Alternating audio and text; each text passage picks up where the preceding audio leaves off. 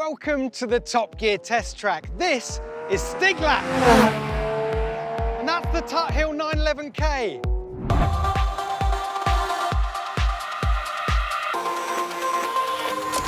In this series, we're running the latest and greatest performance cars and placing them on the all-time leaderboard. But the challenge remains the same. Give Stig the keys to your car if you think you're fast enough.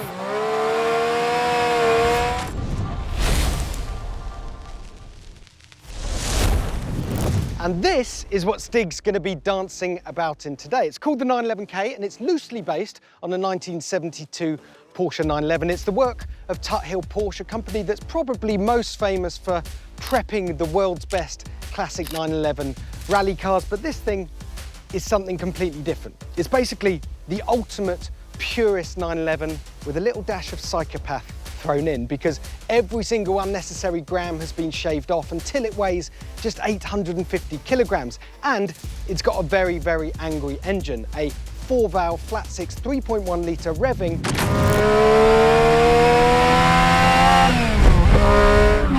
to 11,000 RPM. Essentially, it's a small, aggressive animal. They probably should have called it the Tuthill Honey Badger. The key ingredients here are titanium for the roll cage, gear knob and torsion bars, and carbon fibre. Lots of it. All the body panels and the entire rear bulkhead are carbon, so are the wheels, and then inside there's carbon seats, door cards, steering wheel and hydraulic handbrake, as well as carbon ceramic brakes. Two-way rally dampers should keep the mass in check, not that there's much of it. Richard Tuthill compares the driving experience to a four-wheeled motorbike. Okay, so here we are on the straight bit just after the start line, and assuming the 911K hasn't already breached Dunsfold's noise limits or set fire to the surrounding foliage on its warm-up lap, Stig is going to be blasting down here, lots of wheel spin off the line, probably changing up from first to second about this point, 11,000 RPM, and then blasting up towards the first turn. The big question around this car is that this track is a horsepower track, and this car doesn't have much horsepower, 350 horsepower, about the same as a warm hatch these days.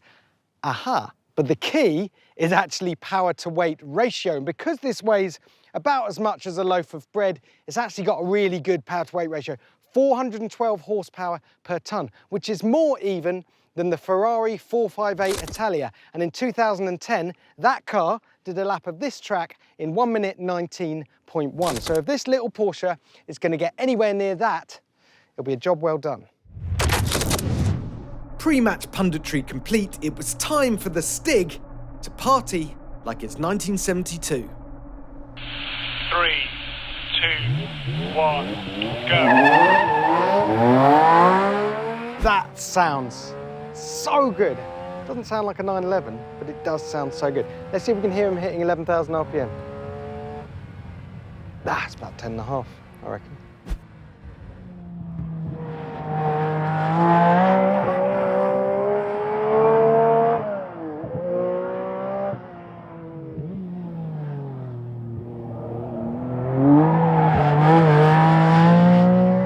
What kind of lap time is it going to do?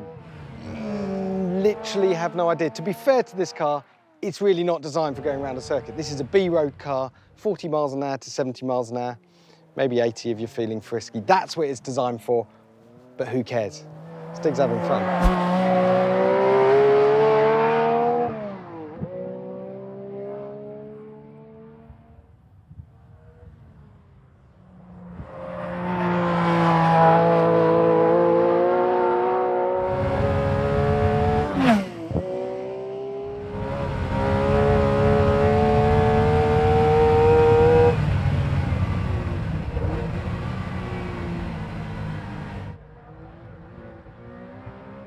Here it comes, nice and flamboyant.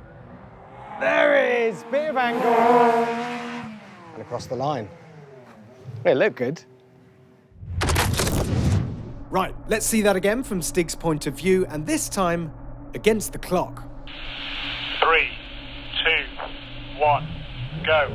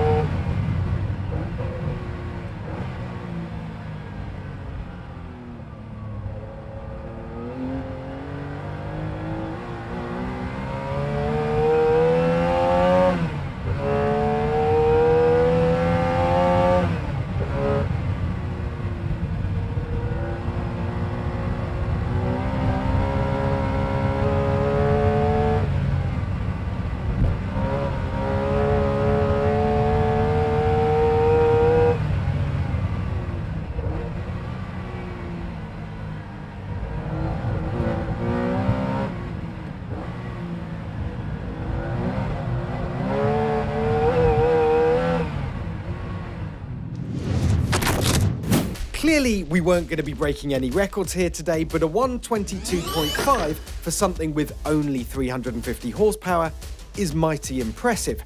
That's on a par with the Noble M15, faster than a Ferrari F430. Heck, it's even quicker than a Lexus LFA, although admittedly that was in the wet. But honestly, who cares about the lap time, because this thing is a love letter to lightness. It's an event to drive, to watch, to listen to, and it shoots massive flames out of its exhaust. What more could you want? And here's what happened when Stig wasn't worried about a neat and tidy lap time or Tuthill's tyre bill.